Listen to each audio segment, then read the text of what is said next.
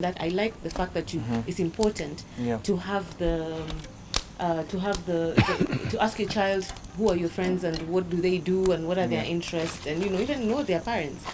That's actually important because that's engaging. You know who they're interacting with. And so I feel the conversation starts at that very, very basic level, big man. As we can clearly see with the dissection of this topic, it's that the conversation can only start productively at a point where we feel that the connections that we need to spruce up in the society are actually given a little bit, a fair share of, consideration.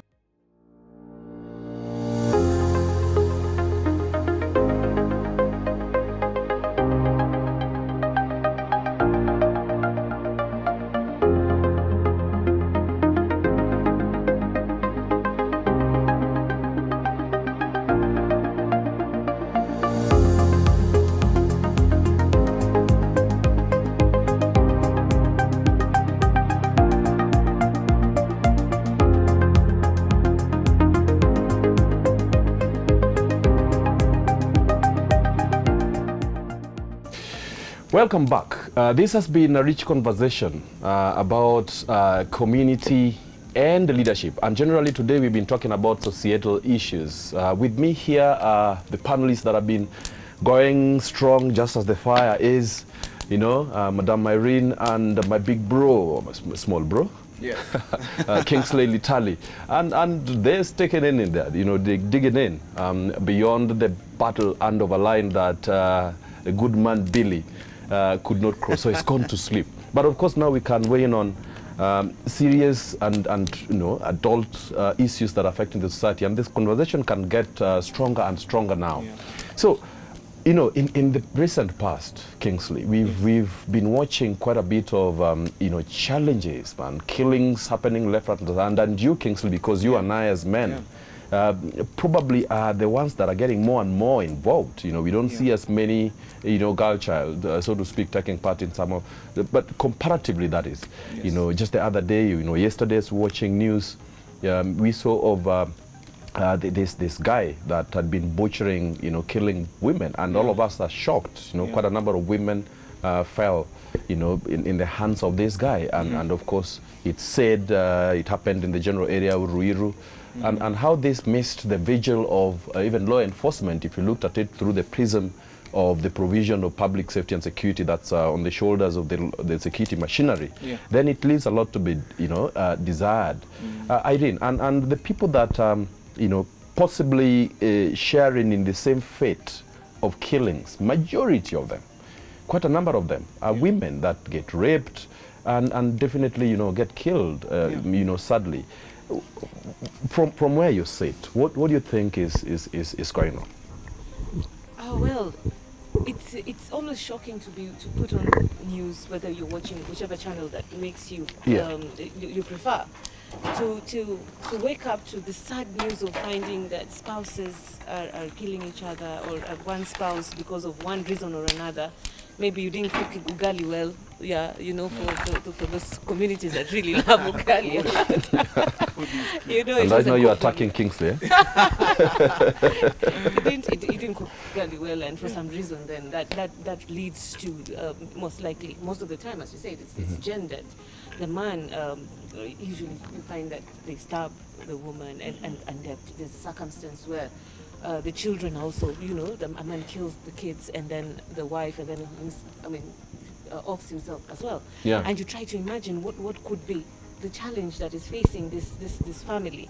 And it's not a challenge that is unique to only the families that are, go to such extremes. Some, there's a lot of gendered violence, gender-based violence in homes, especially it has increased in the last 3 or so years. Of course, COVID has a lot to do with it, how the economy has affected families, has affected, and usually the breadwinner is seen as the man, and the man is seen he cannot be able to provide. So there's a lot more pressure on the man's shoulders, you think? Yes, it is. That is. We have to face the fact that if the man cannot provide, and the society is looking at him, he cannot be able to go out there and bring that little 100 shillings to buy 1 or 2, cannot pay school fees for the kids. It becomes, and then this turns to the the man probably looks as this family as not the blessing that they are, but as a problem. Yeah. So you end up finding that, well, if I get rid of this problem, then I won't have this kind of, life to live. Yeah, life to live. And then of course you see such kind of violence also propagating and escalating. And usually, then you see our kids are seeing the same thing, and that's what they. So we hand over bad habits, from generation to generation, and so, Kings, what do you think could be going on? One, and two, how do we redress this? It's all about the mental well-being of individuals. Yes. As we spoke earlier, we talked about the principles that can make any youth growing into adulthood or in life succeed. Respecting the distance and respecting yourself as a person will pretty much play a big role in enabling you to understand yourself better. We have a very big problem with identity. Yeah. What do we identify ourselves with as youth? Many people do want to succeed, but they do not want to pay the price for it. They want to take the shortcuts. Yeah. And that is why it trickles down even to the leadership. Leadership starts from home. Yes. There's a concept that I saw, it's called the ABCD concept, asset-based community development. Actually, it starts from the home. Yes. You might be thinking that you're providing everything for your child, or you might be thinking that you're providing everything for your family. Yeah. Probably you decide to buy your child a phone simply because you've seen other parents buying phones for their children. But is it that phone that that child needs? What asset are you giving that child? Asset-based community development, which now starts with you in the home. Maybe this child just needs time with you as the parent. Yes, and that's an asset as well. Exactly.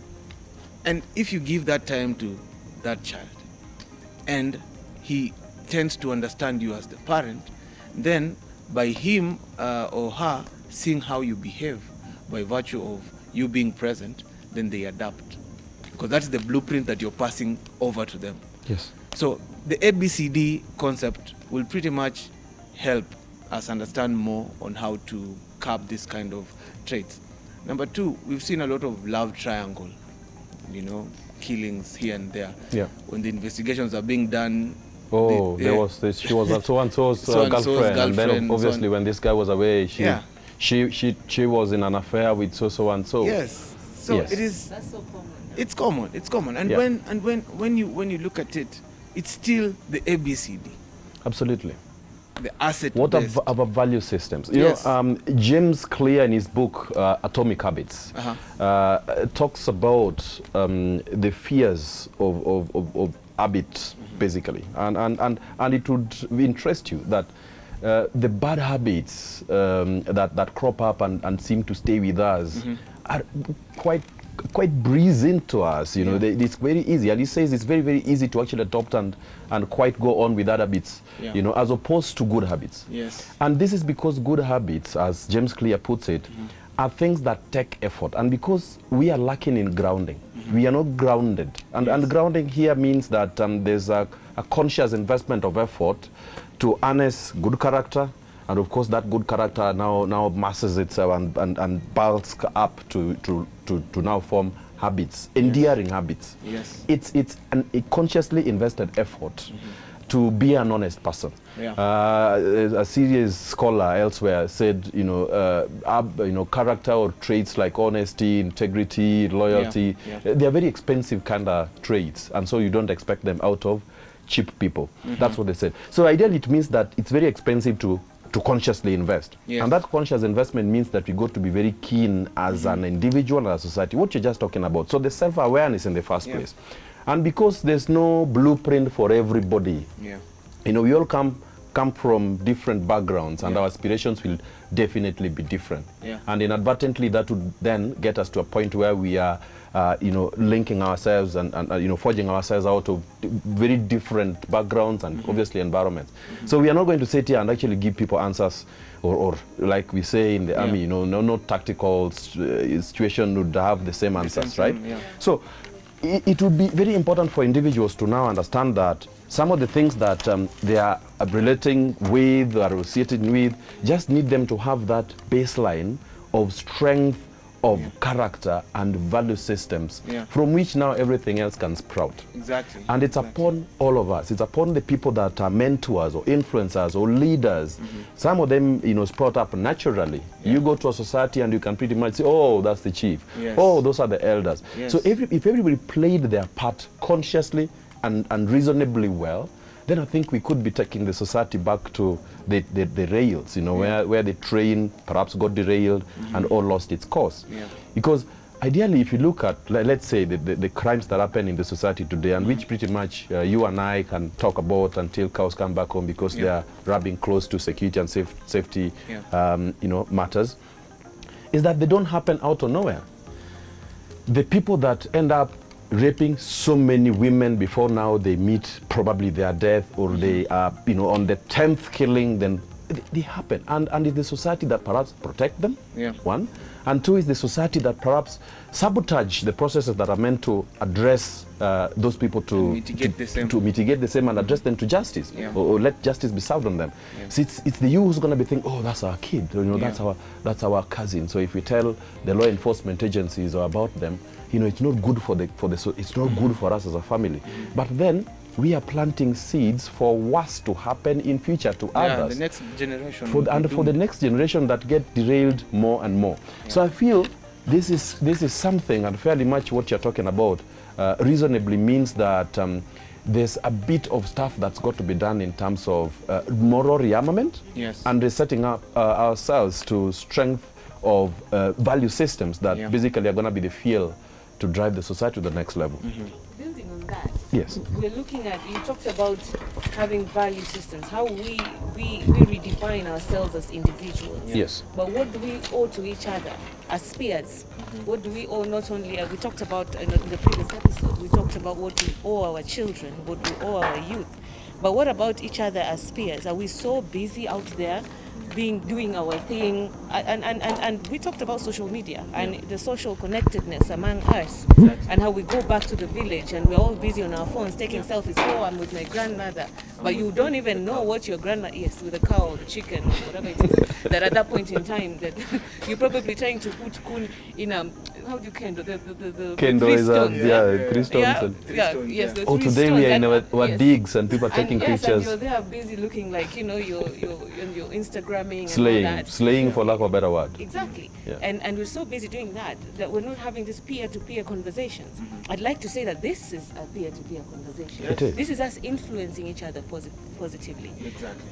When you hear your friend has committed suicide, or you hear, oh, he went through depression, or she went through depression. Individually we're talking about the challenges that they think they were going through. Oh, you remember so and so, he was drinking too much. Session, and, but then he was drinking too much, and it was amongst us when we were out to the party. We were busy drinking. And we were busy drinking together. Yes. In funerals, you find that people are celebrating.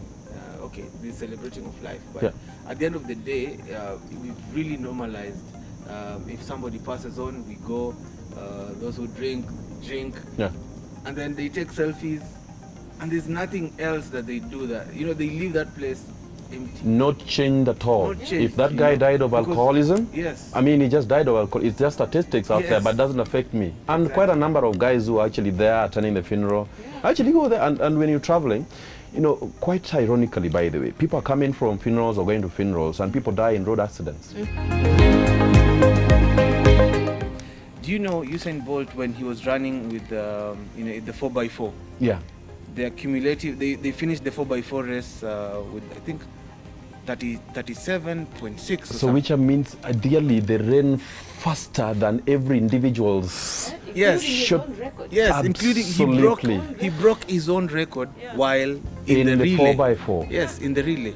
That is simply to tell us that if we work together with the common goal, you can go far and you can go faster. And that is what we are lacking. That is what we are lacking as a society right now. Yeah. Every youth wants to be for himself. Yeah. You want to downgrade somebody in order for you to empower yourself. Yes, it's a rat race.